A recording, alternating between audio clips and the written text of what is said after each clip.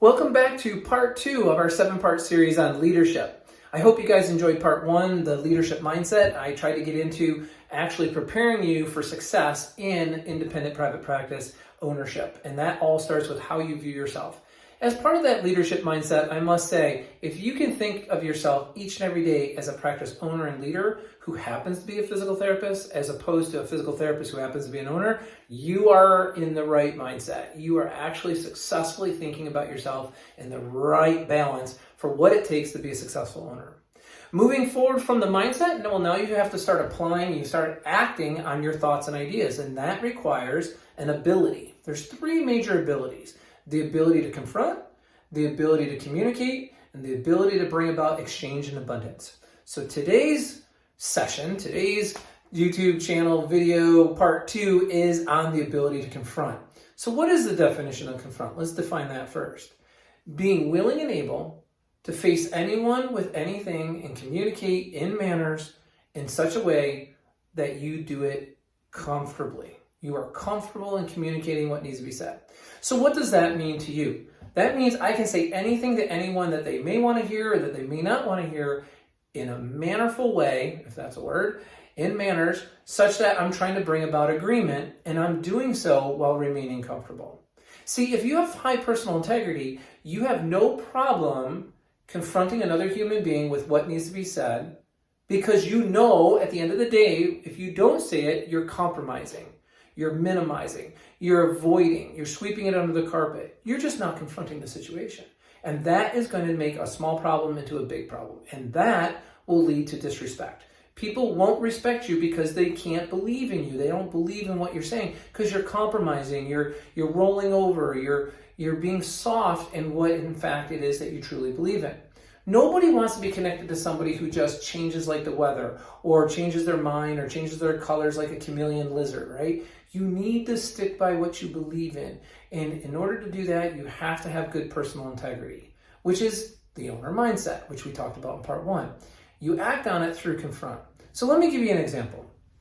If a therapist is not getting their notes done on time and the policy says it has to be done by 10 a.m. the next day, so all previous notes are in by 10 so that the billing can go out by 2 o'clock that day, you're going to sit the person down. You're going to say, so John, I wanted to talk to you about your documentation. Patients are happy and I see that your performance is well, outcomes are good, but we're not able to get the billing out on time for 3 weeks in a row because you keep falling back behind on your notes.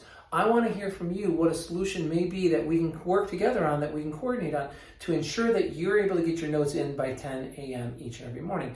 Maybe I haven't done a good job of explaining the purpose of that or the effect of that not happening. So let me talk first and I'll share with you why this is so vitally important once again. Now, I'm owning the responsibility of the fact that my junior staff member, John, is not getting his notes done on time.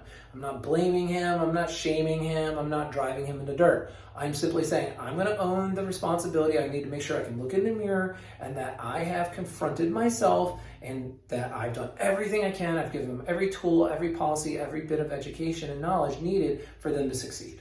Okay? So I need to do what I need to do on my side first. That's the first thing. Then I need to hold them accountable to collaborating with me to a joint agreement rather, on what they're now going to do to perform at a higher level that's compatible with the goals and set targets that we have for this practice. We need agreement. That's my ability to confront. I'm not going to avoid them. They're going to get upset. They don't want to hear it again. That's you just being a weak owner. You have to be a strong person. This is your practice. They are here by invitation only. Every single employee, think about this, that you've hired, you've invited here. So the last thing is for you to shy away from saying anything that needs to be said to them. You own this practice. They are working in your company culture to your design. Be confident, be comfortable, have a spine, say what needs to be said. Now, I know why you don't. I know why it's uncomfortable. I do. I really do understand. You start feeling empathetic. We're physical therapists. We're empathetic people. You start looking at it from their point of view, from their set of glasses as you go to talk to them. Stop.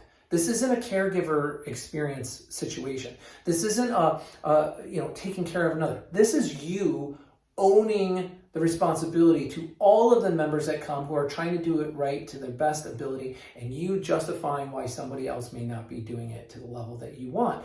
You own that responsibility. You are accountable to the performance level of your staff members. So you have to own it. So you just sit them down and say, here's the targets, here's the goals, here's the expectations we agreed on. I need to know what it is that we need to change to allow you to operate above that bar, to get you to perform at that level that everybody else is performing at. Let me hear it. Now, usually there's some disagreement, right? You can't manage over disagreement. So that's the reason why you open with a question. You want to get them to cough up why it is they're not getting it done on time, why they may think it's not important, why they're struggling. Maybe it's an EMR system, maybe it's interruptions, maybe it's something you don't even know about.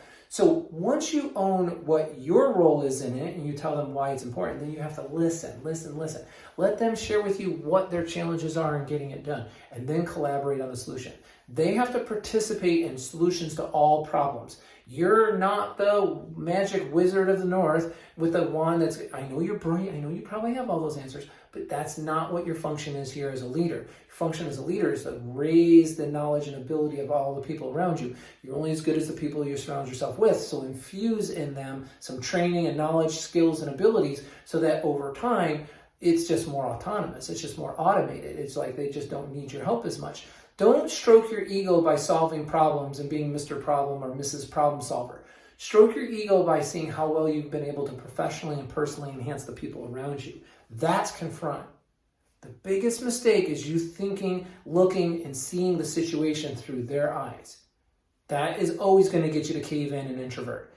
Go into every conversation with everything you want to see changed or modified or enhanced with the viewpoint of your integrity, your goals, the mission, the company, the group agreement that you're trying to establish.